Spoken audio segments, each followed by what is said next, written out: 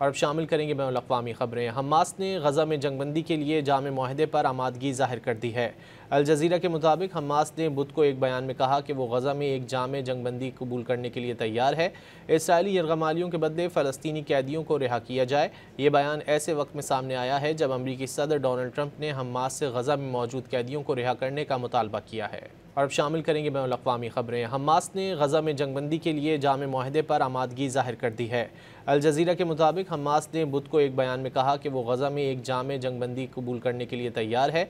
Israeli यरगमालियों के बदले फ़लस्तीनी कैदियों को रिहा किया जाए। ये बयान ऐसे वक्त में सामने आया है जब अमरीकी सदर डोनाल्ड ट्रंप ने हमास से गज़ा में मौजूद कैदियों को रिहा करने का मुतालबा किया है।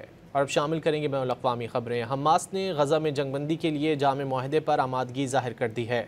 अल जज़ीरा के मुताबिक हमास ने बुध को एक बयान में कहा कि वो गज़ा में एक जामे जंगबंदी कबूल करने के लिए तैयार है।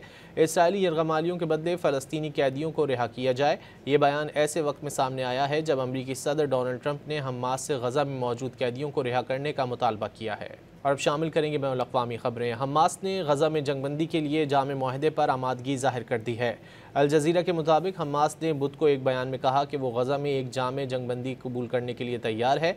इसराइली यरगमालियों के बदले फ़लस्तीनी कैदियों को रिहा किया जाए। ये बयान ऐसे वक्त में सामने आया है जब अमरीकी सदर डोनाल्ड ट्रंप ने हमास से गज़ा में मौजूद कैदियों को रिहा करने का मुतालबा किया है।